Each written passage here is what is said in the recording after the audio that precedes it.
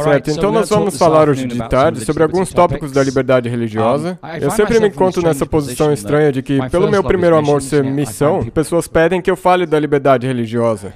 Então hoje nós falaremos um pouco sobre liberdade religiosa e que implicações ela tem para nós hoje.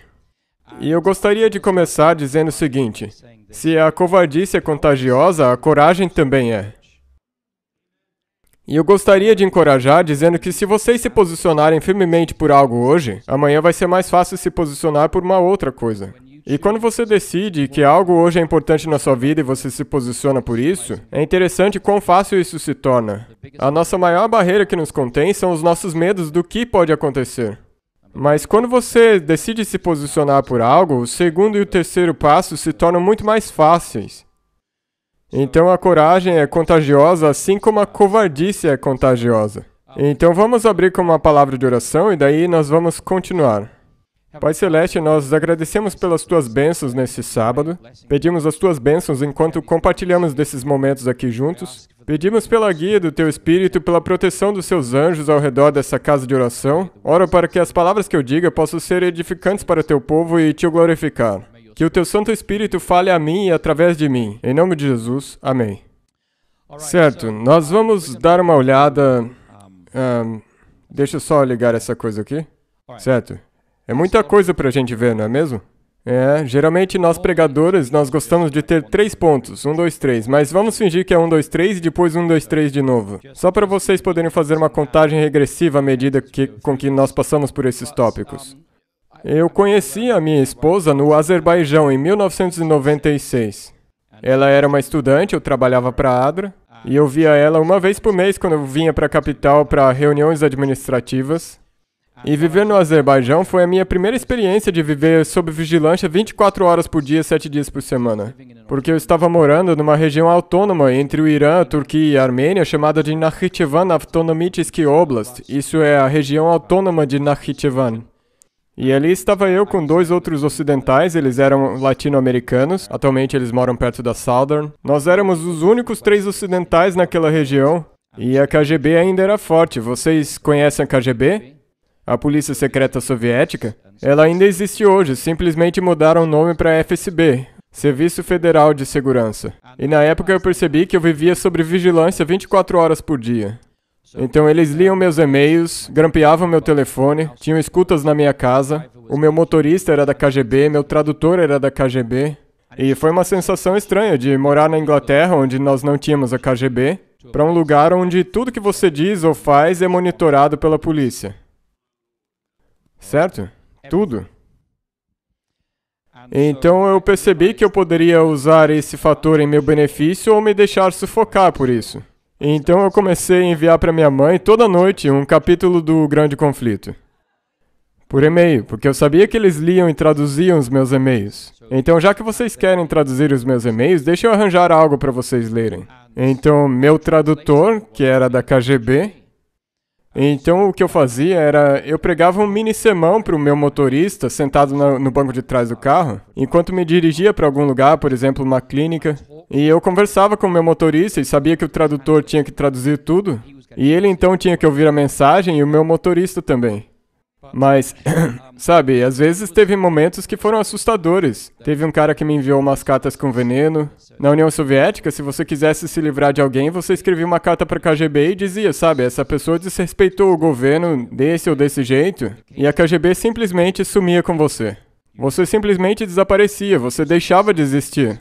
E a sua esposa nunca iria saber para onde você foi, você simplesmente sumia da sociedade. E você nunca mais reaparecia, e mesmo que você passasse os 10 anos como Vrag Naroda, ou seja, inimigo do Estado, cumprindo a sua pena na Sibéria, sob o governo de Stalin, quando você era liberto, você não podia morar muito longe da prisão. Você ficava amarrado àquela região para o resto da sua vida, nunca podia voltar. E, sabe, muitas esposas viviam nisso de, onde está meu marido?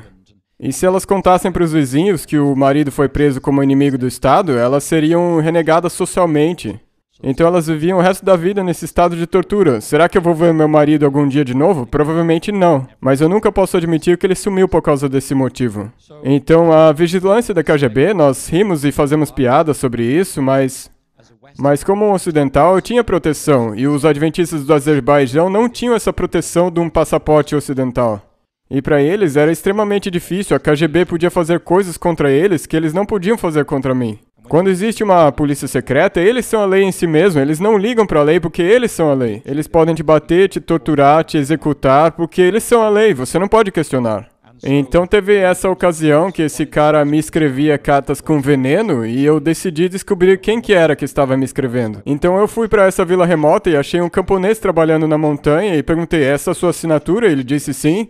E eu perguntei, por que você escreveu essa carta? E ele disse, alguém me pagou para fazer isso. Então nós fomos para o centro da cidade, até a sede da KGB, levamos ele para os oficiais da KGB, nós levamos ele e pedimos para falar com o general comandante. E a gente puxou esse camponês que estava basicamente fazendo xixi de medo. E eu disse, esse cara aqui está escrevendo cartas envenenadas contra mim, com mentiras. E se ele continuar fazendo isso, o governo americano vai cortar todas as verbas humanitárias para esse país. Eu não tinha autoridade para fazer essa ameaça. Mas aquele coronel da KGB levou essa ameaça muito a sério, e aquele pobre homem também. Basta dizer que ele nunca mais me escreveu uma carta daquelas. Eles deixaram ele quieto. Então, numa região vizinha, o Daguestão, em 1997, eu ainda morava por ali, tinha uma família jovem, os Gadziev, e eles se tornaram adventistas, e graças a Deus. 2 dias depois, eles foram presos pela polícia e torturados. A polícia tornou público que eles se tornaram adventistas, então uma multidão de 5.000 pessoas se juntou. Eles pegaram aquele casal, jogaram gasolina neles e queimaram eles vivos. E isso foi em 1997, numa região vizinha, no Daguestão, e eu estava no Azerbaijão. O crime deles foi se converter do islamismo para o adventismo e compartilhar a fé em Jesus. E ao trabalhar com a Adventist Frontier Missions, eu tenho visto muita perseguição ao redor do mundo. E eu compartilhei com vocês ontem à noite que é um mundo estranho esse no qual vivemos. Eu posso estar no Cáucaso, trabalhando com pessoas, digamos, do Irã, e você tem que estudar em segredo com eles por causa da polícia secreta iraniana. Você pode ser executado por se tornar um cristão ali. E daí você pega um avião, volta para Chicago e ninguém tá nem aí se você é um cristão ou não. Então, devido ao meu trabalho, eu vou para outras partes do mundo, onde tudo tem que ser feito escondido, e as pessoas que se tornaram cristãs fizeram isso sob risco de morte, e daí você volta para os Estados Unidos, onde ninguém tá nem aí. São 2 mundos diferentes. Então a mensagem que eu tiro disso é que mais e mais ao redor do mundo, intolerância e ódio religioso têm crescido. O nacionalismo e a identidade religiosa têm se fundido mais e mais a cada dia. Então, se você for grego, você é ortodoxo. Se você for ortodoxo, você é grego. Se você for um grego ortodoxo que se torna um adventista, até certo ponto você não perde só a sua identidade religiosa, mas você perde a sua identidade nacional. Então, o nacionalismo religioso tem acontecido em muitas partes do mundo. E isso torna muito difícil que as pessoas aceitem o evangelho. Porque eles não só têm que mudar de religião, mas eles basicamente se tornam apátridas. Eles também perdem a sua identidade nacional. Então, existem muitas pressões hoje em dia para que as pessoas não aceitem o evangelho. Parte dessa pressão é muito explícita e parte dessa pressão é muito física. E, na verdade, é bem assustador. Sabe, eu converso com a minha esposa sobre isso e ela foi criada na União Soviética. Ela fez uma observação sobre isso. Ela disse, quando eu me juntei à igreja no começo dos anos 90, quando o comunismo caiu, ela visitou uma série evangelística e se tornou uma adventista, era só uma adolescente. Ela disse que haviam pessoas na igreja que, através da União Soviética, se recusaram a enviar seus filhos para a escola no sábado. E por se recusarem a enviar seus filhos para a escola no sábado, eles causaram problemas para a igreja adventista oficial na União Soviética. E a KGB foi dura com os líderes da igreja e disseram, por que vocês não podem enviar seus filhos para a escola no sábado? E essas pessoas foram vistas como os desprezíveis, mas quando a União Soviética caiu, do dia para a noite elas passaram a ser vistas como os heróis da fé da União Soviética. Então o que mudou? As decisões deles não mudaram. O que mudou foi que a sociedade ao redor deles mudou. Sabe, a minha esposa disse para mim, nós conversamos sobre essas apresentações que eu faço sobre o Covid. Ela diz, Conrad, não importa o que a sociedade no geral pensa de você.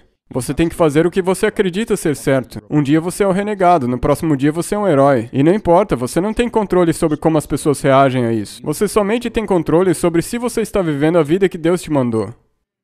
Então eu gostaria de encorajar vocês e dizer que quanto mais nós sofremos perseguição, que está cada vez mais acontecendo no Ocidente, com a revolução crítica, a revolução sexual tomando lugar, nós vamos enfrentar no Ocidente mais decisões críticas no nível pessoal e individual. Assim como nós enfrentamos escolhas difíceis com o Covid, também enfrentaremos escolhas difíceis sobre como vamos trabalhar, sobre o que nós aceitaremos nas escolas públicas ou privadas, setor público ou privado, ou qualquer que seja o caso. Então, por que a liberdade religiosa é a nossa primeira liberdade? Você pode nos perguntar, por que essa é a primeira e mais importante das liberdades? Bem, quando Deus criou Adão no Jardim do Éden, antes dele criar Eva, somente o maior mandamento poderia ser aplicado. Amarás o Senhor teu Deus de todo o teu coração, toda a tua alma e todo o teu pensamento. E o segundo mandamento, amarás o teu próximo como a ti mesmo, não poderia se aplicar até que a Eva fosse criada, não é mesmo? Portanto, a sua responsabilidade primordial, a sua maior responsabilidade como ser criado é para com o Criador. Esse não foi o primeiro mandamento que foi escrito na história da salvação da Bíblia, mas foi o primeiro mandamento de todos que poderia existir, porque é a expressão da relação entre a criatura e o Criador. E é somente a partir da criação da Eva que esse segundo mandamento entra em vigor. Ama o teu próximo como a ti mesmo. Então aqui está o primeiro mandamento. E isso consagra que a sua relação com Deus, o seu Criador, é o relacionamento mais importante que você tem na sua vida.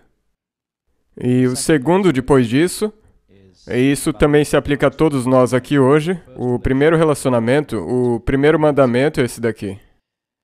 Então, em Deuteronômio 30, verso 19, Moisés diz para os israelitas perto de Canaã, ele reconhece que Deus nos deu o dom da escolha, o livre-arbítrio. E Moisés diz, os céus e a terra tomo hoje por testemunhas contra vós, de que tenho proposto a vida e a morte, a bênção e a maldição. Escolhe, pois, a vida para que vivas, tu e a tua descendência. E isso é porque Deus é amor, e o amor não pode forçar, não existe coerção no reino de Deus, por definição. Se existisse, não seria amor, não tem como haver um sistema de livre-arbítrio com coerção. Então, quando Moisés está prestes a morrer no final do livro de Deuteronômio, sob a inspiração do Espírito Santo, ele diz, escolham a vida. Então, todos nós temos essa responsabilidade de escolher a vida, escolher honrar e adorar o nosso Criador, de acordo com a nossa consciência. Então, portanto, a liberdade religiosa é uma dádiva de Deus. Ela é inerente ao próprio dom da existência racional. E Deus não deu a ninguém a autoridade de como decidir sobre como outra pessoa responde a Deus. E isso é uma coisa importante, especialmente atualmente na Igreja Adventista. Ninguém pode determinar como o Espírito Santo fala a você, nem mesmo o presidente da Conferência Geral. E essa coisa simples aqui, aparentemente, é um ponto de contenda hoje em dia. Mas eu vou defender esse ponto até o resto da minha vida. Eu não posso determinar como o Espírito Santo tocará o seu coração. É simples assim. Ninguém pode. Então Deus não deu a ninguém a autoridade de determinar como uma outra pessoa responde a Deus. E, portanto, qualquer coisa feita a Deus que não for feita de coração, na verdade não foi dada a Deus, porque Deus é amor e coerção simplesmente não podem andar juntos. Mas algo aconteceu de errado com a liberdade religiosa. E nós podemos fazer aqui uma pequena viagem pela história. Os imperadores romanos do tempo de Jesus, eles entenderam que a religião afeta a sociedade. Portanto, é o papel do governo regulamentar a religião para que ela beneficie a sociedade como um todo. E que se o governo não regulamentasse a religião poderia despedaçar a sociedade. Então os imperadores romanos entenderam que para manter o Império Romano unido, que era um império extremamente diverso, envolvendo a África, a Ásia e a Europa, para juntar todos esses povos tinha que haver algo vinculando eles. E uma das coisas que eles escolheram para isso foi o culto a Roma, ou a adoração ao imperador. Agora, os cristãos, que eram uma minoria, começaram a defender a liberdade religiosa. E a primeira pessoa que nós sabemos que usou o termo liberdade religiosa foi esse cara aqui.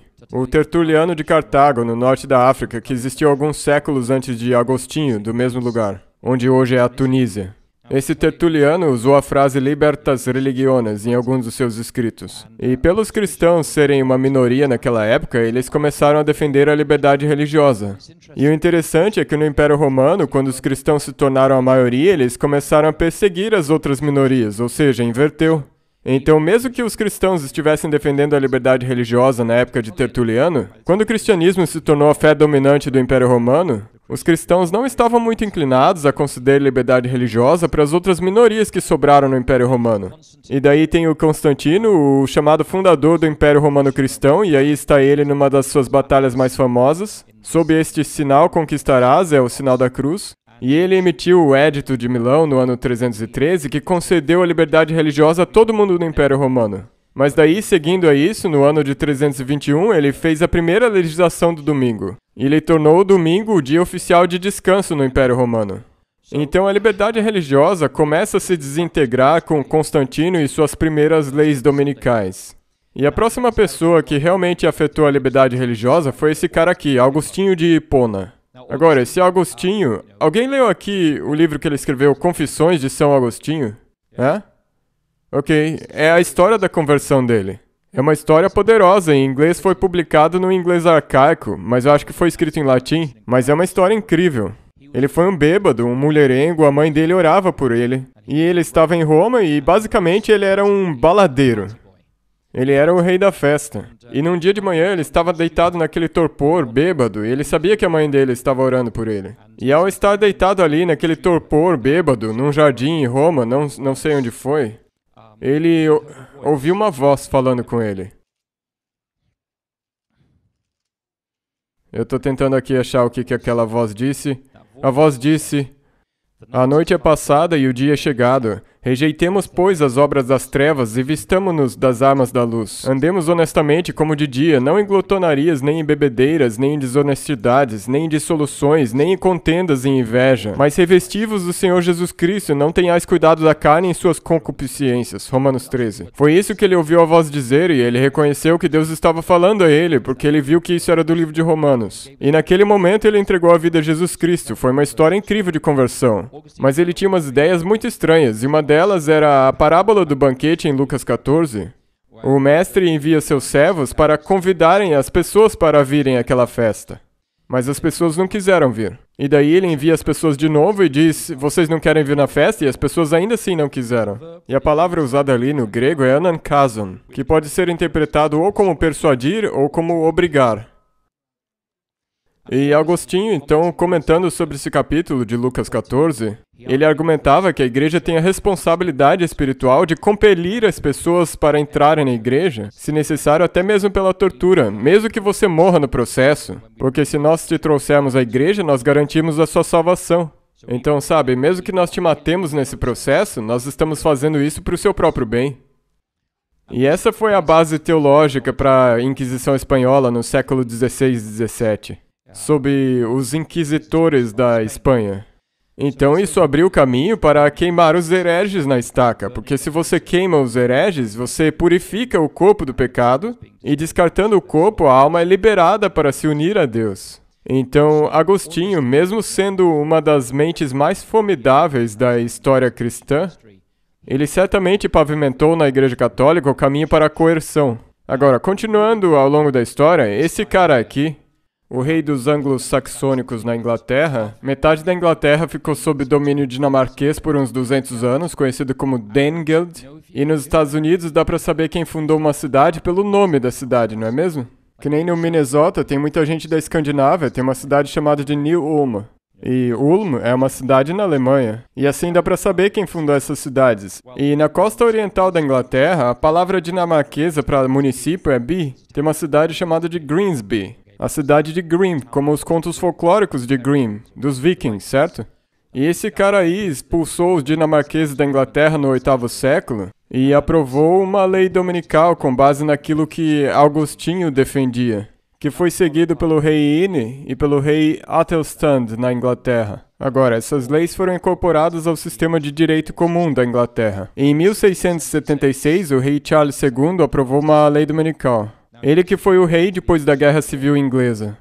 E a Guerra Civil Inglesa foi entre o Charles I e o Oliver Cromwell. Ele era protestante, mas o Charles I tinha inclinações católicas. E quando essa guerra acabou, o povo da Inglaterra não queria mais guerras religiosas. Então o Charles II subiu ao trono e ele era basicamente o Mauricinho. Mas ele perseguia os dissidentes da igreja anglicana. E ele aprovou uma lei dominical, proibindo o que ele chamava de trabalho comum no domingo. E crucial para nós aqui nos Estados Unidos é que essa lei foi aplicada às colônias americanas por quase 100 anos, até a época da Guerra de Independência. E hoje na história elas são conhecidas como as Leis Azuis, as Blue Laws. Vocês conhecem elas? Elas vieram desse cara aqui. Então, antes da Revolução Americana, as colônias operavam essas leis dominicais no nível do Estado somente. Mas somente em Rhode Island que existia a separação da igreja e o Estado, com um cara chamado Roger Williams. Vocês conhecem ele?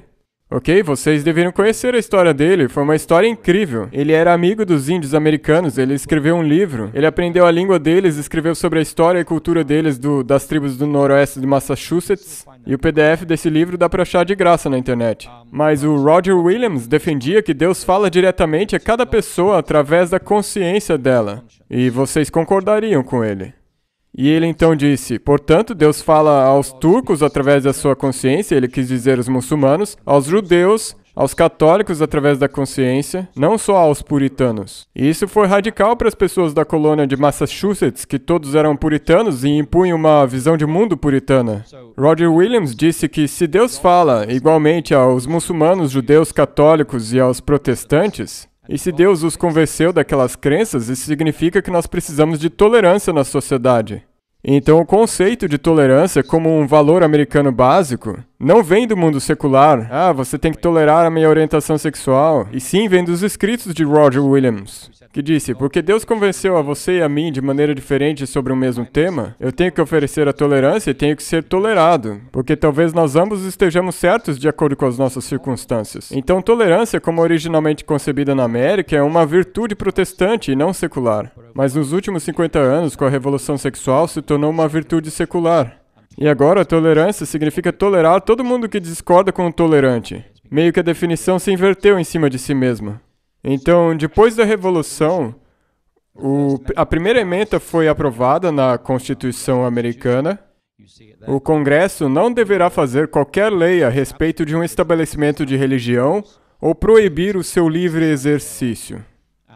E essa frase aí, que é o que realmente garante a liberdade de consciência nos Estados Unidos, é a liberdade de adorar a Deus ou a liberdade de não adorar a Deus. Mas isso não é um direito absoluto. E as cortes já diversas vezes mantiveram que a primeira ementa não é absoluta. Eu vou dar um exemplo. E no caso da igreja Peyote, se eu não me engano lá em New Mexico, que usavam substâncias proibidas para atingir estados alterados de consciência, foi um caso famoso. Mas a Suprema Corte manteve que, por exemplo, o sacrifício infantil não pode ser praticado em nome da religião nos Estados Unidos. Vocês concordam com isso, né? Eu pelo menos espero que sim. Então essa lei, essa ementa aqui, ela não é absoluta. Você não pode simplesmente matar o seu filho ou sacrificar a sua família no altar e dizer que isso é a sua religião. Então não é um direito absoluto. Mas eles não podem ser contra. Você ainda é livre para praticar o que a maioria das pessoas considera como comportamento racional. Existem alguns padrões jurídicos que a Suprema Corte coloca nisso, mas não é um direito absoluto. O Congresso proibiu o livre exercício absoluto da primeira ementa da Constituição. Mas isso aqui vem dos escritos de Roger Williams.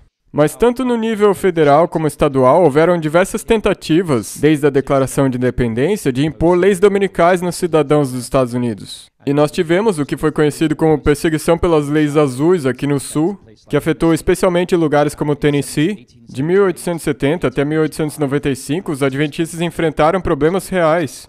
Multas, foram presos com grilhões, obrigados a trabalhar em grupos de trabalho forçado no sábado. Tudo em nome dessas Blue Laws, as leis azuis que foram aprovadas aqui no Tennessee e em alguns outros estados. Essas leis azuis são uma relíquia da era colonial. E o interessante é que muitas dessas leis azuis ainda estão na legislação. Elas não foram revogadas. E sabe, nós temos o mesmo tipo de coisa na Inglaterra, onde você pode comprar alguns produtos, mas outros produtos não pode comprar no domingo. Se você pode comprar uma coisa, por que não pode comprar a outra? Se você pode comprar sementes, por que não pode comprar uma foice ou uma pá, por exemplo? O importante para nós hoje é que essas leis azuis nunca foram totalmente revogadas. E para que nós tenhamos problemas, basta que um juiz diga, a partir de agora nós vamos segui-las. E na Grã-Bretanha, nós ainda temos a legislação elisabetana, que exige que as pessoas vão à igreja no domingo. Nós também temos leis aprovadas pelo Edward I, II e III que exigem que homens, depois da igreja no domingo, pratiquem o arco e flecha. Era assim que a Inglaterra mantinha o exército, era obrigado a praticar arco e flecha. Por isso que a gente sempre ganhava dos franceses na Guerra dos 100 Anos, porque todos os homens tinham que praticar arco e flecha. Agora, para usar um arco, você precisa desses dois dedos, certo? Com um arco daquele, dava para acertar um cavaleiro francês a 200 jardas, e eles não gostavam disso. Por isso que eles cortavam esses dois dedos dos arqueiros que eram capturados. E é por isso que quando o inglês queria mandar um francês se lascar, ele mostrava esses dois dedos daqui para ele. O Churchill fazia assim, mas os soldados ingleses faziam assim. E nos Estados Unidos eles mostram um dedo só, não é? Mas é daí que essa tradição vem. Eles cortavam esses 2 dedos para que a pessoa nunca mais pudesse usar um arco e flecha. De qualquer forma, os Estados Unidos assinou um tratado com Trípoli em 1796. Lembram das batalhas com os muçulmanos escravagistas da costa em 1796? E nesse tratado, o Congresso afinou que os Estados Unidos não era uma nação cristã. Mas daí, em fevereiro de 1892, a Suprema Corte americana passou uma decisão que os Estados Unidos abre aspas, uma nação cristã. E daí, seguindo a isso, houve um debate sobre fechar a Feira Mundial de Chicago no domingo. E o Congresso votou por 131 contra 36, que, abre aspas, o domingo é o sábado cristão. E por 149 a 11, que o 7º dia não é o sábado.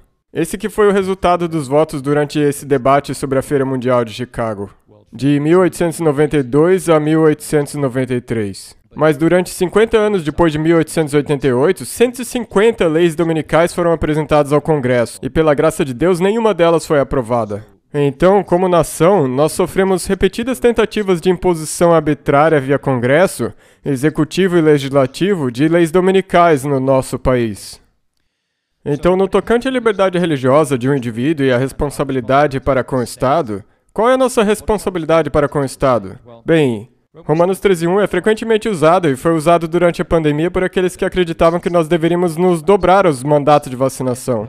Todo homem esteja sujeito às autoridades superiores, porque não há autoridade que não proceda de Deus. E as autoridades que existem foram por ele instituídas. O argumento basicamente o Estado foi instituído por Deus por um propósito, que é manter a lei e a ordem, promover o bem social de todos e evitar a anarquia. E ele tem autoridade sobre as coisas civis, isso é, o lado material da vida. E nós devemos obedecer às leis de onde nós vivemos e orar pelos nossos líderes civis.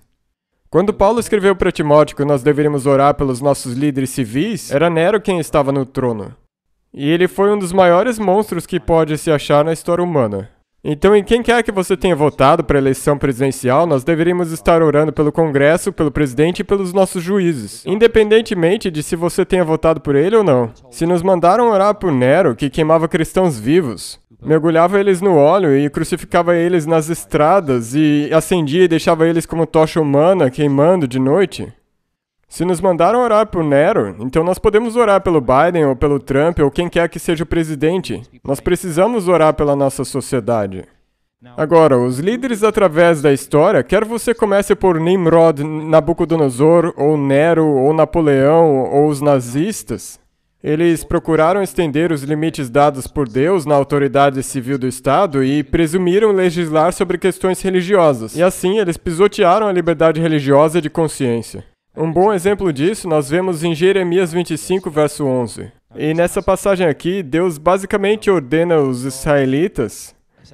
Aqui quem escreveu é Jeremias, escrevendo para o povo no cativeiro. Ele diz: toda essa terra, a terra de Judá, virá a ser um deserto e um espanto. Essas nações servirão ao rei da Babilônia 70 anos. Então, nessa passagem, ele dá uma mensagem para o povo em cativeiro que ele diz que eles deveriam servir a Nabucodonosor pelos 70 anos do seu cativeiro. E esse era o mandamento de Deus, vocês merecem isso. Construam casas, plantem hortas, criem raízes. Vocês devem ser uma bênção nessa sociedade, mesmo estando exilados. Mas Nabucodonosor, como nós vemos em Daniel 3, erigiu uma estátua de ouro e mandou que todos os representantes de todas as nações se reunissem e adorassem essa estátua. Ele tentou legislar tanto em questões civis quanto religiosas, e Deus não tinha dado a ele autoridade em questões religiosas, mas somente autoridade sobre questões civis. E como nós sabemos disso? Em Daniel 3, e essa é uma passagem muito bonita. Essa é uma passagem para hoje. Responderam Sadraque, Mesaque e Abednego ao Dr. Fauci, ao rei: ó Nabucodonosor, quanto a isto, não necessitamos de te responder. Se o nosso Deus, a quem servimos, quer livrar-nos, ele nos livrará da fornalha de fogo ardente e das tuas mãos, ó rei. Se não, fica sabendo, ó rei, que não serviremos a teus deuses, nem adoraremos a imagem de ouro que levantaste. Provocantes essas palavras, não é mesmo? Agora, nessa passagem aqui, o Jeremias mandou os israelitas obedecerem Nabucodonosor no exílio? Sim. E esses 3 hebreus obedeceram a Nabucodonosor e se curvaram àquela estátua? Não. Então, estavam eles desobedecendo o mandamento de Deus dado por Jeremias? Não, não estavam. Eles explicitamente se recusaram a obedecer uma ordem direta do Nabucodonosor sobre a religião, e Jesus vindicou a decisão deles. O próprio Nabucodonosor disse o seguinte: esse foi o testemunho dele. Eles, esses 3 hebreus, não quiseram cumprir a palavra do rei, preferindo entregar o seu corpo a servirem e adorarem a qualquer outro deus, senão ao seu Deus. O rei reconheceu. A versão King James diz que eles mudaram as palavras do rei. A versão Nova Revisada diz que eles desobedeceram os mandamentos do rei. Então, ao salvar Sadraque, Mesaque e Abednego, Deus confirmou que, ao ordenar que seu povo obedecesse Nabucodonosor, ele somente intencionava que eles o obedecessem em questões civis e não religiosas. Nabucodonosor exigiu obediência onde nenhum monarca tem o direito de exigir. E é interessante que, sabe, um dos meus heróis da história adventista é o A.T. Jones. Leiam a história de A.T. Jones, é fascinante, eu acho que o George Knight escreveu uma biografia boa sobre ele. A palavra monarca, a palavra monarquia, de onde vem monarca, vem de monoarche. Arche significa cabeça ou governante, mono significa único. Então, se alguém é um monarca, significa que não tem autoridade sobre ele. Ele é o único governante da nação. Adão era para ser o vice-regente de Deus na terra. Ele representava Deus na terra. Ele era para ser o mordomo de Deus na terra. Mas quando nós temos reis e rainhas que são monarcas, essencialmente eles estão dizendo: nós somos a palavra final nessa sociedade, não Deus. E é por isso que o A.T. Jones não queria que tivesse um presidente da Conferência Geral, mas um diretor do comitê da Conferência Geral. Ele disse: se nós o chamarmos de presidente, ele pode ser tentado a exercer uma autoridade monárquica. Mas se nós o chamarmos de diretor do comitê da Conferência Geral, ele será menos tentado a autoridade de um rei, e nós sabemos pela história da nossa igreja que isso tem sido um desafio. Então, nesse verso aqui, nós vemos que o Nabucodonosor exigiu obediência onde ele não tinha o direito de exigir. Deus tinha feito de Nabucodonosor o governante do mundo conhecido, contudo, em questões de liberdade religiosa, é a palavra do monarca que tem que mudar e não a consciência dos 3 hebreus. Agora, em Daniel capítulo 3, a falsa adoração foi exigida, e em Daniel 6 foi o contrário, a verdadeira adoração foi proibida, que é a história do Daniel na cova dos leões. No governo de Nabucodonosor, o rei tinha a última palavra, mas com os Medo e Pérsias, as leis não podiam ser mudadas. Até o rei tinha que se sujeitar às leis do império. Era um império governado pela supremacia do Estado de Direito. Em Daniel 6, Daniel era o primeiro-ministro e as pessoas estavam com inveja dele porque ele era um cara competente. Eles procuravam qualquer oportunidade para puxar o tapete dele, mas não tinha nenhum motivo para reclamar dele. Tentaram vários impeachments, mas nenhum funcionou. Sendo impossível atingir Daniel nas questões profissionais, essas pessoas atacaram na liberdade religiosa dele. Então os governantes e sátrapas foram ao rei e disseram: ó rei Dario, viva para sempre. Todos os presidentes do reino, os prefeitos e sátrapas, conselheiros e governadores concordaram em que o rei estabeleça um decreto e faça firme o interdito que todo homem que, por espaço de 30 dias, fizer qualquer petição senão a ti, seja lançado à cova dos leões. Agora, pois, ó rei, sancione o interdito e assine a escritura, para que não seja mudada, segundo a lei dos medos e dos persas, que não se pode revogar. E por que isso era necessário? Eles não estavam só atacando a Daniel. E nós cremos pela história que quando Ciro estava cercando a Babilônia, o rei da Babilônia tinha juntado todos os ídolos de redor do Império Babilônico. Eles estavam reunidos na Babilônia. E quando Ciro conquistou, ele decidiu enviar esses ídolos de volta aos seus países. Então, durante o transporte desses ídolos, a quem as pessoas orariam? Os ídolos estavam em trânsito, então eles disseram: vamos orar somente para o rei por 30 dias. Pelo menos até esses ídolos voltarem aos seus países para as pessoas poderem adorá-los. Mas nesse caso aqui, eles também estão atacando a liberdade religiosa de Daniel. E a genialidade desse ataque à liberdade religiosa de Daniel foi os governantes alegarem que não era uma questão de religião, mas guardar a lei civil. Aceitar que Daniel violasse publicamente a lei civil seria dar boas-vindas à anarquia da nação e o colapso social, porque todo mundo poderia ignorar a lei que quisesse, especialmente porque Daniel era um primeiro-ministro e era um exemplo. Então Daniel deveria ser lançado aos leões. E nós vimos isso durante a pandemia. Eu não sei como pareceu para vocês durante a pandemia, mas para mim pareceu que foi especificamente direcionado ao cristianismo. Por exemplo, teve aquele caso infame no Nevada. Las Vegas fica no Nevada, não é mesmo? Ah, ok, então minha geografia não está tão ruim assim. Então, eles fecharam todas as igrejas. Mas podia continuar aberto se fosse um cassino. Porque o Covid não transmite em cassinos, mas ele é transmitido numa igreja. Então, eles fecharam as igrejas, mas uma dessas igrejas alugou uma sala num cassino. um grupo de cristãos empreendedores. Eles alugaram um salão e receberam uma multa do governo, e o cassino também recebeu por ter alugado para eles. Se eles tivessem alugado para jogatina, então tudo bem. Mas como foi para adoração, então o Covid poderia se espalhar nesses casos. Então, o quê? A liberdade religiosa foi ameaçada. Então, o efeito do Covid na nossa nação foi que igrejas foram fechadas, igrejas foram divididas, você não podia se reunir. Teve até um caso no Missão de pessoas se reunindo num daqueles cinemas de estacionamento. Lembram desse caso? Eles estavam no estacionamento, dentro dos carros, com os vidros levantados, e a polícia veio e disse, seus direitos foram revogados, vão para casa ou vocês vão ser presos. E o prefeito local fez isso, suspendeu os direitos constitucionais deles da primeira ementa. Eles estavam dentro do carro, não tinha como transmitir a doença. Eles simplesmente estavam ali, eu acho que num culto. A igreja alugou esse cinema de estacionamento para esse evento. Então Daniel deveria ser jogado aos leões. E quando Daniel foi retirado, ele disse para o rei o seguinte, ó rei, vive eternamente. O meu Deus enviou o seu anjo e fechou a boca aos leões para que não me fizessem dano, porque foi achada em mim inocência diante dele. Também contra ti, ó rei, não cometi delito algum. Agora, Daniel não quebrou a lei do Império Medo-Persa? Sim, ele quebrou, existia uma lei, você não pode orar para ninguém exceto ao rei. Daniel quebrou uma lei civil que estava se intrometendo em questões religiosas. Mas Daniel disse ao rei, contra ti não cometi delito algum.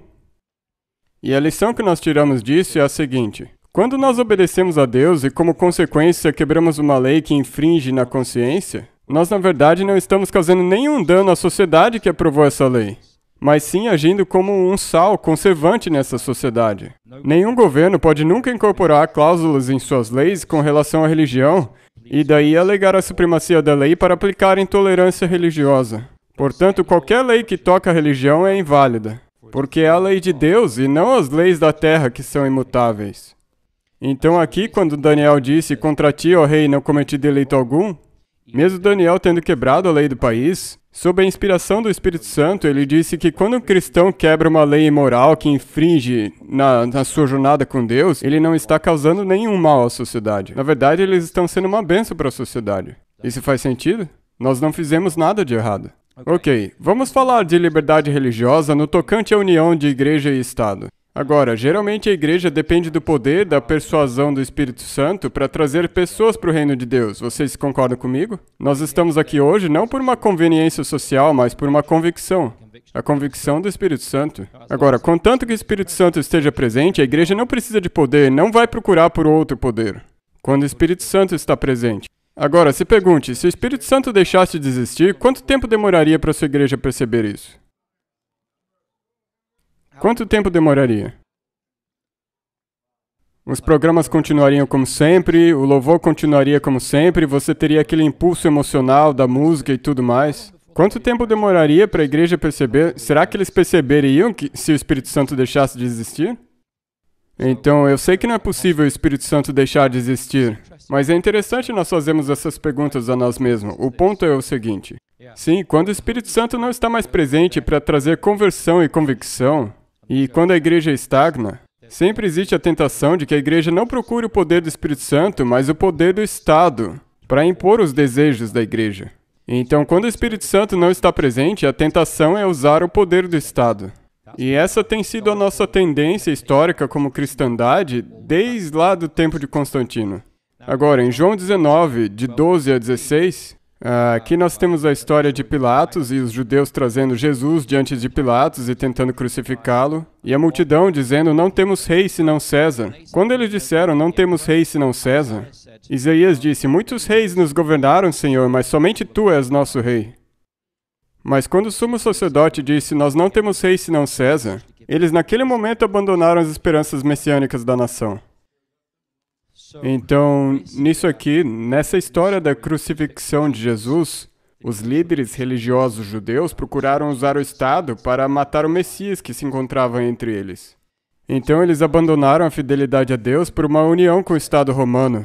E assim, o maior crime já cometido foi causado pela união da Igreja e do Estado. Onde quer que a Igreja e o Estado tenham se unido, não resulta em nada a não ser em maldição para a humanidade. É por isso que nós, adventistas, trabalhamos pela liberdade religiosa ao redor do mundo. Nós aqui nos Estados Unidos defendemos a liberdade religiosa dos muçulmanos, defendemos a liberdade dos hindus, budistas, confucionistas, taoístas, porque precisa haver uma separação entre a Igreja e o Estado, ok? Nós não só defendemos os direitos dos adventistas. A liberdade religiosa se aplica a todos. É por isso que temos que defender a todos, mesmo que nós tentemos convertê-los. Mesmo assim, nós defendemos a liberdade religiosa deles. Então, em Atos 7, de 27 a 29, nós podemos perceber que quando eles trouxeram Pedro e João diante do Sinédrio e os interrogaram, dizendo: expressamente vos ordenamos que não ensinasseis nesse nome. Contudo, enchestes Jerusalém de vossa doutrina e quereis lançar sobre nós o sangue desse homem. E então os apóstolos responderam que deveriam obedecer a quem? A Deus, mais do que qualquer outra autoridade. Então é nossa responsabilidade procurar e saber a vontade de Deus e honrar essa vontade durante todo o tempo nas nossas vidas. Porque o poder secular provou ser um dom trágico para a existência humana. E quando nós falamos disso, vocês lembram aquela história em Mateus 22, quando perguntaram a Jesus de quem que é essa imagem na moeda? Nós deveríamos ou não pagar impostos a César? Jesus disse ali dos versos 15 a 22 de Mateus capítulo 22, Jesus respondeu com uma declaração muito interessante. Dai, pois, a César o que é de César, e a Deus o que é de Deus. Então, o que Jesus está, na verdade, dizendo aqui? A primeira coisa que ele disse foi: dai a César o que é de César. Agora, a imagem de quem estava naquela moeda? Portanto, a moeda pertencia a... porque ela tinha a imagem dele. Jesus aqui reconhece a legitimidade dos governos humanos. Ele rejeita a anarquia e a liberdade, qualquer tipo de liberdade absoluta das responsabilidades cívicas. Portanto, em termos gerais, nós devemos ser cidadãos modelos dos nossos países. E em termos específicos, nós devemos pagar impostos. Essa é a nossa responsabilidade como cristãos. Nós não devemos ser condenados por sua negação, mesmo que nós discordemos ou odiemos os impostos. Nós temos a responsabilidade de dar a César o que é de César. Mas Jesus também disse: dai a Deus o que é de Deus.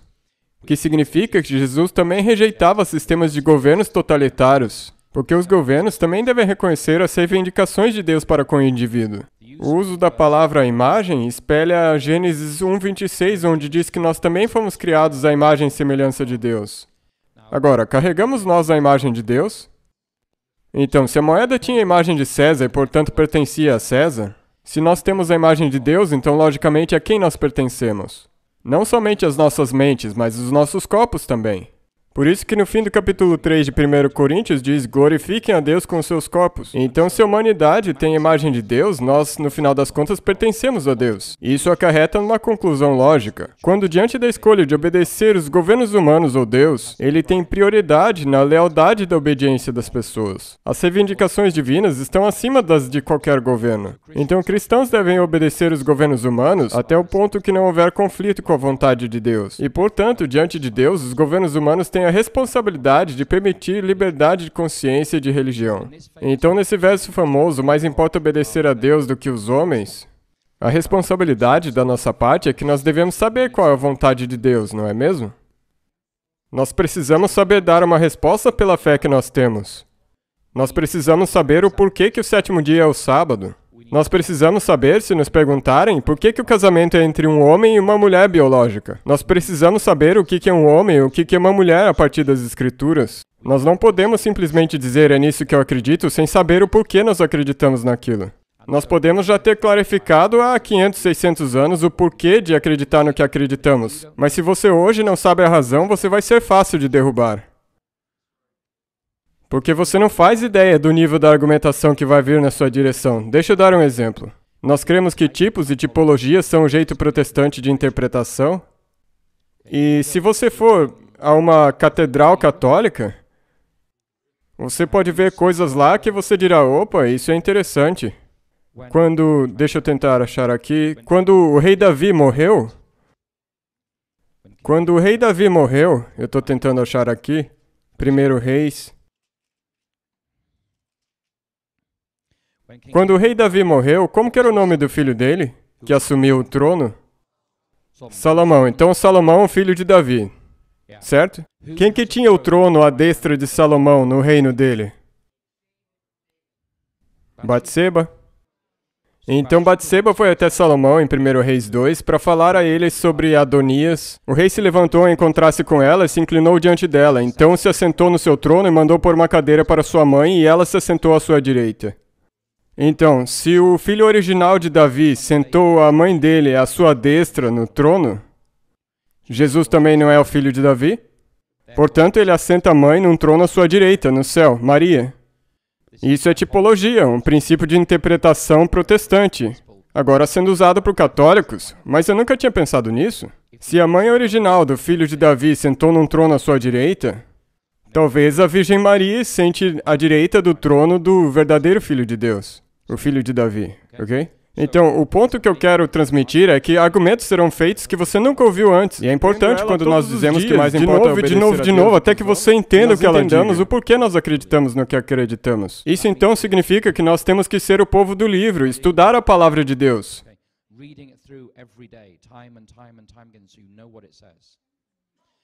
Ok? Então agora nós chegamos à liberdade religiosa e à igreja. A igreja. A eclésia. Agora, o que é uma eclésia? A palavra para igreja no Novo Testamento é eclésia, e ela significa os que foram chamados, convocados. E o uso original da palavra eclésia não foi nos tempos bíblicos, e sim na antiga Atenas. E na antiga Atenas existiam homens livres, mulheres e escravos. Existiam 3 classes de pessoas. E quando eles queriam tomar uma decisão com todos os eleitores de Atenas, ou seja, os homens livres, eles convocavam a todos até o campo de Marte, e eles então tinham uma discussão e votavam sobre algo. E quando eles chamavam todos os homens livres para fora da cidade para tomar uma decisão, isso era conhecido como eclésia, convocado para fora da cidade. E é essa palavra que Jesus usa para a igreja. Sobre essa rocha construirei a minha eclésia. Ou seja, aqueles que fazem parte do corpo de Cristo são homens e mulheres livres. Nós somos livres das demandas desse mundo, nós fomos chamados para sair, mas daí nós somos enviados de volta à cidade porque nós somos os embaixadores dele. Então a eclésia existe como uma comunidade dos remidos. E os dons espirituais que Deus deu à sua igreja, e tem 3 passagens na Bíblia, Romanos 12, 1 Coríntios 12 a 14 e Efésios 4, que nos dizem que Deus concedeu dons à sua igreja. E todo mundo tem diferentes dons, concordam comigo? Como temos diferentes dons, precisamos depender uns dos outros? Sim. Precisamos uns dos outros? Sim. Então, se nós dependemos uns dos outros, temos responsabilidades específicas de uns para com os outros. Se você tem o dom de pregar, é pressuposto que você pregue. Se você tem o dom da hospitalidade, é pressuposto que você seja hospitaleiro. Se você tem o dom da liderança, você tem que aceitar posições de liderança. E isso envolve ter consciência. Se você está envolvido com oração intercessória, você tem que usar esse dom. É isso que Deus está pedindo a você. Então, no tocante à liberdade religiosa na igreja, liberdade religiosa significa que nós usamos nossos dons de uma maneira que abençoa o corpo de Cristo, e não somente usamos para nós mesmos. Agora, ao rejeitar a tirania do catolicismo, a reforma radical, nós mencionamos essa manhã, basicamente disse que cada pessoa tem o direito de ler a Bíblia por si mesmo na sua língua nativa, e Deus dará a eles entendimento suficiente para a salvação, e essa é a reforma radical. Então você começa com o catolicismo, que tem a cátedra, que é o ofício dos ensinos da igreja, o Papa determina as doutrinas, orar, pagar e obedecer. E daí tem o outro extremo, que é a reforma radical, que diz que você pode ler a Bíblia por si mesmo e Deus te guiará em todo o conhecimento suficiente para a salvação, não necessariamente todo o conhecimento. E depois Lutero pendeu a um meio termo depois da revolta dos camponeses, porque ele disse que a reforma radical levava a ideias radicais. E nós também temos a reforma radical na nossa igreja. Ela é chamada de a lição da escola sabatina, sabe? Nós deveríamos estar estudando a Bíblia por conta própria. E a escola sabatina não é o objetivo em si, mas é só o começo do seu estudo. Ela não contém todo o conhecimento sobre um verso específico. Então nós temos que ler a palavra de Deus por nós mesmos. E na reforma radical, nenhum homem ou mulher pode delegar a sua obrigação religiosa para com Deus para que outra pessoa faça em seu lugar. Porque isso seria negar a Deus da parte do indivíduo, ao mesmo tempo que deixar as suas obrigações incompletas. Então, liberdade religiosa, normalmente entre os adventistas e os principais movimentos protestantes dos Estados Unidos, significa liberdade de denominação de que sua religião sofre interferência pelo governo federal. E mais importantemente, para nós hoje, liberdade religiosa também significa que nenhuma denominação pode coagir as convicções ou práticas religiosas de alguém. Que é o que nós tivemos na pandemia, foi exatamente o que aconteceu. Que nenhuma denominação pode coagir as convicções religiosas ou práticas de um indivíduo dentro daquela igreja. As pessoas são livres para entrar na igreja adventista e devem ser livres para sair caso estejam convencidas disso. Isso significa que nós adoramos juntos e trabalhamos juntos como discípulos adventistas de Jesus, não por coerção, não por uma conveniência social, mas porque nós somos convencidos pelo Espírito Santo e convertidos pelo poder de Jesus Cristo. Então nós estamos aqui hoje não por causa de conveniência ou coerção, mas por causa de convicção e conversão, ok? Então, nós lemos isso em 1 Pedro 3,15. E em vosso coração santificai a Cristo como Senhor, estando sempre preparados para responder a todo aquele que vos pedir razão da esperança que há em vós. Isso aqui está fazendo um ponto que nós já fizemos antes. Nós temos responsabilidade de poder dar uma resposta para a fé, para todo mundo que nos perguntar. Nós devemos saber por nós mesmos o que nós acreditamos, por que nós acreditamos e em quem nós acreditamos, ok? Essa é a nossa responsabilidade. Liberdade religiosa não quer dizer simplesmente me deixe em paz. Também significa que nós somos livres para saber por que cremos, no que cremos e em quem cremos e dar uma resposta para a fé que nós temos. Isso faz sentido? Então não é somente uma coisa ativa, como me deixe em paz. Digo, não é somente uma coisa passiva, mas ativa. Eu tenho a liberdade e responsabilidade de saber por que eu acredito e em quem eu acredito. Sabe, há muitos anos atrás eu fiz uma entrevista em Londres para um emprego como um auditor numa empresa tão grande como a PricewaterhouseCoopers. Na época era uma das maiores empresas de contabilidade, e eu fui entrevistado por um judeu e ele disse, eu gostaria de te contratar, mas eu teria me tornado rico antes dos 35. Mas tem uma condição, você vai ter que concordar que, em princípio, se nós precisarmos de você, você vai ter que vir aqui um sábado só por ano para uma auditoria. Não era uma exigência que eu viesse. Ele disse, você só vai ter que concordar que, em princípio, se nós precisarmos de você, você vai vir para uma auditoria, só num sábado, em princípio. E eu disse para ele, em princípio, você é judeu e você conhece os 10 mandamentos. Lembra-te do dia do sábado para o santificar. Então eu não vou fazer isso. Então eu não fui contratado. Mas eu vou dizer para vocês que eu não me arrependo de ter feito isso, ok? Mas eu dei a ele uma resposta porque, sabe, eu sei o que a Bíblia ensina sobre isso e a resposta era muito clara. E quando eu fui para casa e contei, algumas pessoas não ficaram felizes com isso. E daí eu percebi com quem eu poderia contar em tempos de dificuldade.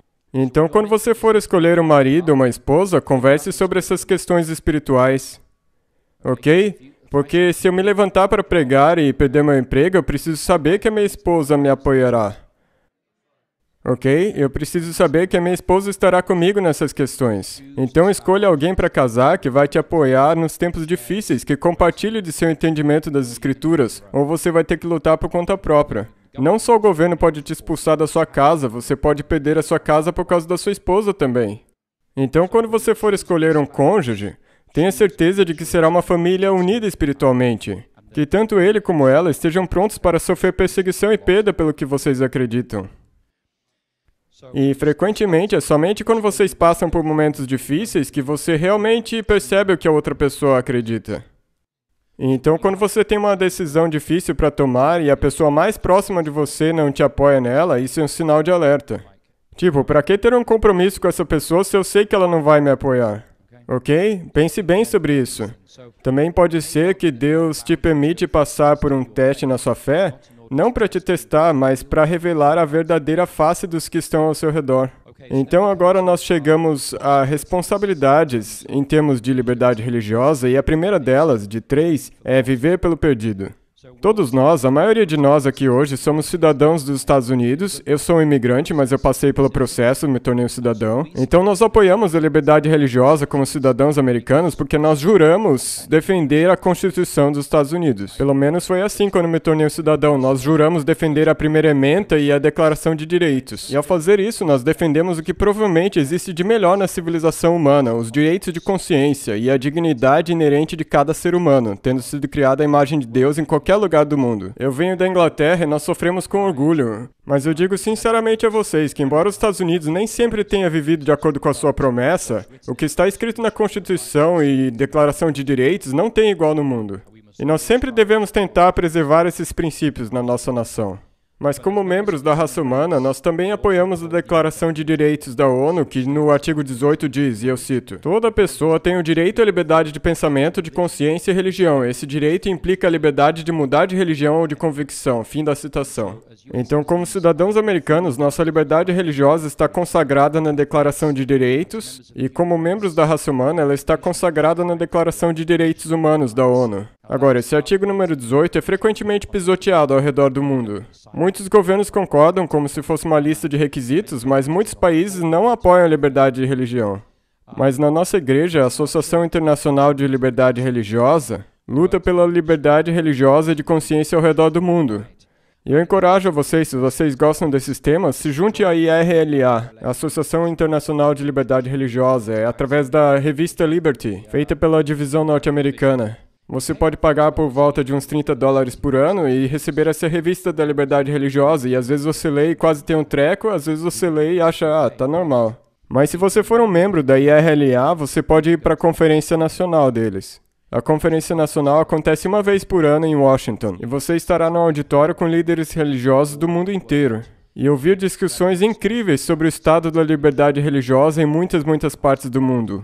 É uma ótima maneira de se educar sobre tendências que estão acontecendo ao redor do mundo. E você pode estar lado a lado com essas pessoas tendo essas discussões, é muito interessante.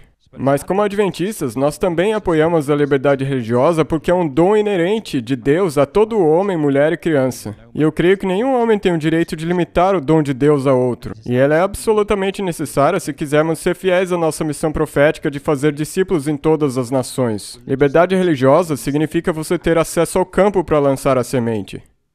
Liberdade de consciência significa a liberdade daquela semente germinar, das pessoas entregarem suas vidas para Jesus Cristo. Quando nós trabalhamos como missionários entre os não alcançados, nós precisamos de liberdade religiosa para ter acesso ao campo, para plantar a palavra de Deus. E quando a semente é plantada, precisa ter liberdade de consciência naquele país para que as pessoas possam entregar as suas vidas a Jesus. Então, de uma perspectiva missionária, a liberdade religiosa é absolutamente crítica. Metade dos nossos missionários trabalham em países de acesso fechado, onde você não pode ser missionário. E qualquer missionário é expulso do país. Então nós temos vários outros jeitos de trabalhar nesses países para evitar que eles sejam expulsos do país. Esse é um problema que tem crescido ao redor do mundo hoje. Então a liberdade religiosa é necessária para lançar a semente e ceifar a colheita. Mas também em Provérbios capítulo 30, verso 8, Salomão disse, afasta de mim a falsidade e a mentira. Não me des nem a pobreza nem a riqueza. Dá-me o pão que me for necessário. Nós não somos chamados a sermos uma igreja confortável de classe média, assumindo que porque nos vai bem aqui hoje, então todo mundo está bem também. Quantas crianças nos Estados Unidos vão para a cama com fome? É uma parcela considerável das crianças. Quantas crianças abaixo da fronteira sul são colocadas no negócio do tráfico? Um número muito grande. E o que isso te diz sobre a sociedade americana? Que parte da sociedade é completamente podre, porque estão abusando dessas crianças contrabandeadas pela fronteira. Nós não podemos pregar a liberdade religiosa, mas ficar em silêncio sobre igrejas segregadas ou comunidades marginalizadas. Não podemos pregar a liberdade religiosa, mas nos calar enquanto há crianças com fome entre nós. Não podemos pregar a liberdade religiosa enquanto ficamos em silêncio sobre vítimas de abuso sentadas nos bancos da igreja. Não podemos pregar a liberdade religiosa enquanto ficamos em silêncio sobre as mães solteiras das nossas igrejas que estão lutando para sobreviver. Ok? Liberdade religiosa significa que nós temos responsabilidade para com os nossos irmãos e irmãs de ser as mãos e pés de Jesus para aqueles aos nossos redor, não somente dizer me deixe em paz. Liberdade religiosa significa eu vou ser a presença de Jesus na sua vida. Ok? Então significa que nessa congregação você tem que estar procurando por pessoas na sua igreja que estão sofrendo, que não podem pagar o aluguel esse mês, que vão ter a eletricidade cortada, que as crianças não conseguem acompanhar a escola, estão com dificuldades para sobreviver com vale-refeição, aquela mãe solteira que confere o orçamento umas 3 vezes, e daí no caminho para casa o pneu fura e o orçamento para o mês inteiro dela já era. É assim que é às vezes. E a igreja que é interessada em liberdade religiosa precisa tomar cuidado dos feridos em seu meio. É assim que é, liberdade religiosa não é somente me deixe em paz. É a minha responsabilidade de ser a presença de Deus na sua vida. Então eu gostaria de desafiar vocês hoje como congregação. Eu sei que alguns aqui são visita. Use a sua liberdade religiosa para ser uma bênção de Deus entre os pobres no seu meio. Eles podem não te contar que estão sofrendo, mas você pode perguntar discretamente e descobrir. E você pode doar discretamente de maneira que ninguém fique sabendo. Use a liberdade religiosa para ser uma bênção às pessoas ao seu redor. Não é só me deixe em paz. Liberdade religiosa significa viver pelo perdido.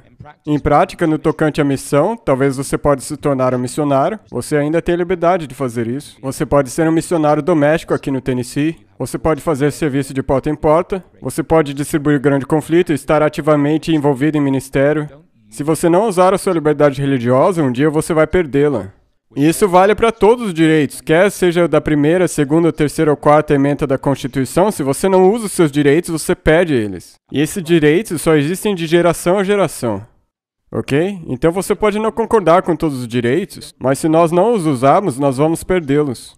Eles decaem, param de existir, a prática da sociedade muda. Então a nossa primeira responsabilidade como cristãos no tocante à liberdade religiosa é viver pelas pessoas ao nosso redor. E usar a nossa liberdade para ser uma bênção para os outros. Segundamente, como a liberdade religiosa afeta como nós vivemos com os nossos irmãos e irmãs, não somente as pessoas necessitadas. Gálatas 5 fala de liberdade religiosa de uma maneira interessante. Porque vós, irmãos, fostes chamados à liberdade, porém não useis da liberdade para dar ocasião à carne. Sede antes servos uns dos outros pelo amor. Então, a liberdade religiosa nos escritos de Paulo, Deus não concede a liberdade religiosa para você dar ocasião à carne. Mas nós recebemos a liberdade religiosa de Deus para que possamos servir uns aos outros. Isso faz sentido para vocês? Sim? Então, se você fizer um estudo de palavra, e talvez você não tenha tempo de fazer isso hoje, mas se você olhar todas as vezes que aparece uns aos outros no Novo Testamento, toda vez que aparece a palavra uns aos outros, vejam lá, leiam o Novo Testamento e vejam cada vez que aparece a palavra uns aos outros. Devemos estar em paz uns com os outros, servir uns aos outros, ter afeição uns pelos outros. Devemos honrar e dar preferência uns aos outros. Nós não devemos colocar uma pedra de tropeço no caminho um dos outros. Nós devemos ser de uma somente uns com os outros. Não devemos ambicionar as coisas altas, mas acomodar-nos com os humildes. Devemos sujeitar-nos uns aos outros no temor de Deus. Devemos receber uns aos outros como Cristo também nos recebeu. Nós devemos carregar as cargas uns dos outros. Temos que ser benignos, misericordiosos e perdoando uns aos outros. Nós devemos falar uns aos outros em hinos e cânticos espirituais, cantando e salmodiando ao Senhor no vosso coração. Efésios 5:19. Nós devemos exortar uns aos outros diariamente. Hebreus 3:13. Não devemos mentir uns aos outros, devemos suportar uns aos outros e perdoar uns aos outros. Colossenses 3. Devemos edificar uns aos outros, comungar uns com os outros. Não devemos falar mal e nos queixar uns com os outros. Devemos amar com amor fraternal não fingido. Nós devemos consolar uns aos outros com a promessa da ressurreição. Vocês veem que esse tema sempre se repete, não é? Dê uma olhada no Novo Testamento toda vez que diz uns aos outros, e você vai se surpreender de que existem mais de 100 mandamentos sobre como se relacionar uns com os outros. Nós temos que ter compaixão uns com os outros, porque o amor cobrirá uma multidão de pecados. Contra essas coisas não há lei. Então o meu desafio para vocês é, baseado nesse verso aqui, uns aos outros. Talvez leia ao longo do Novo Testamento e escreva toda vez que aparece uns aos outros. E já no fim da semana você vai ter uma lista de mandamentos. E você vai se perguntar, como que eu vou levar minha vida cristã essa semana? E você começa a cumprir esses mandamentos. Esse é o lado prático do que significa colocar em prática a sua liberdade religiosa. Então, de novo, liberdade religiosa não quer dizer simplesmente me deixe em paz. Nós somos responsáveis, temos que usar a nossa liberdade para abençoar uns aos outros. Faz sentido? Ok? Então, por favor, leia o Novo Testamento. Escrevam toda vez que diz uns aos outros. Tem mais de 100 desses mandamentos aí. Você vai se surpreender de como amar o seu irmão ou irmã está descrito nas Escrituras. E daí, finalmente, nós temos que viver com a nossa liberdade religiosa, não só diante da sociedade dos nossos irmãos e irmãs. Nós também temos a responsabilidade de viver a nossa liberdade religiosa diante de Deus. Então, na proclamação final das 3 mensagens angélicas, é pressuposto que quando todas as outras liberdades forem removidas, a liberdade de comprar, de vender, liberdade de se reunir, liberdade de expressão, liberdade de julgamento justo com um júri justo, Apocalipse 12 a 14 assume que ainda vai ter uma liberdade que vai permanecer a despeito das tentativas dos governos. E essa liberdade é responder em verdadeira adoração ao verdadeiro Deus. Essa liberdade vai continuar até o fim dos tempos. Não faria sentido pregar as 3 mensagens angélicas se as pessoas não tivessem a liberdade de responder a elas. Pode haver consequências, mas o livro de Apocalipse assume que, no final dos tempos, as pessoas ainda poderão amar a Deus e responder a Ele, a despeito de qualquer coisa que o governo faça contra elas. Então, liberdade religiosa hoje significa que nós somos livres ou para ignorar a Deus e nos entronizarmos no trono da nossa vida, ou nós podemos responder a Deus com arrependimento, amor e obediência e fé. E Jesus manteve esse princípio através do seu ministério. Jesus curava na base da fé e da necessidade, e nunca sob a condição de que os doentes se tornassem seus seguidores. Jesus chorou por Jerusalém, mas nunca coagiu a população de Jerusalém. Ele orava para que seus discípulos permanecessem fiéis, mas nunca obrigou a eles. Ele convidou o jovem rico a segui-lo, mas nunca obrigou ele a fazer isso. E o último apelo da Bíblia, em Apocalipse 22:17, e sabe, Apocalipse capítulo Gênesis 1, 2 e 3 contém liberdade de escolha, não comam da árvore do conhecimento do bem e do mal. E em Apocalipse 22, o fim da Bíblia termina com liberdade de consciência. O Espírito e a esposa dizem, vem, e quem ouve, diga. E quem ouve, diga, vem, e quem tem sede, venha, e quem quiser, tome de graça da água da vida. Isso não é uma bela promessa?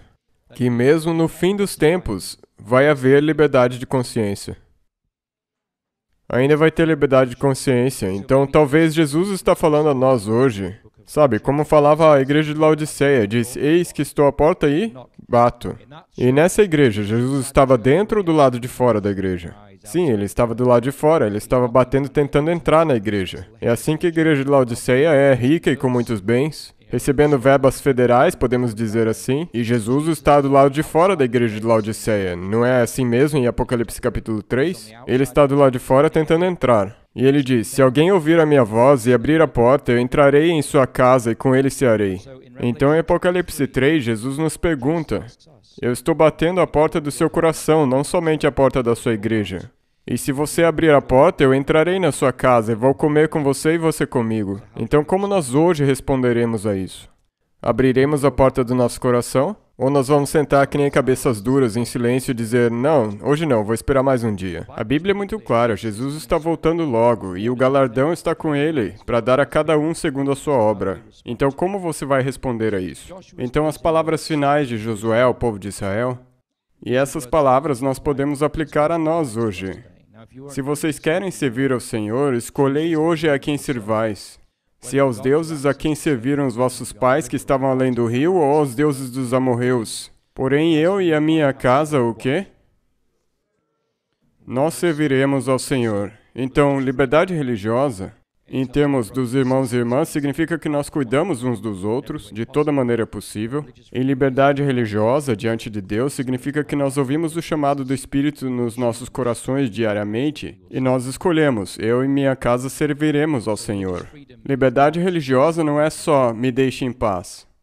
Não é só a ausência da coerção de aceitar uma nova religião.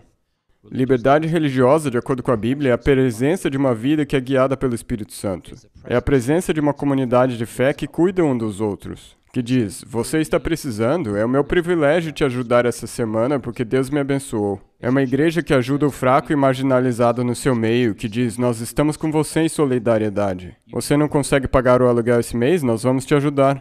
Ok? De maneira prática, palpável. É uma igreja que diz, nós usaremos a liberdade que nós temos como filhos de Deus para reconhecer que todos são criados à imagem dele e nós seremos uma bênção na nossa comunidade para levantar aqueles que estão também machucados. Nós também temos uma voz e um papel nas nossas comunidades. Então, se nós não usarmos nossa liberdade religiosa positivamente da maneira que Deus planejou, nós vamos perder nossa liberdade. Então meu desafio é, usem a sua liberdade religiosa para que seja uma bênção na sua comunidade, para apoiar uns aos outros dentro da igreja diante de Deus, e para escolher numa base diária que nós vamos servir a Deus e mais ninguém.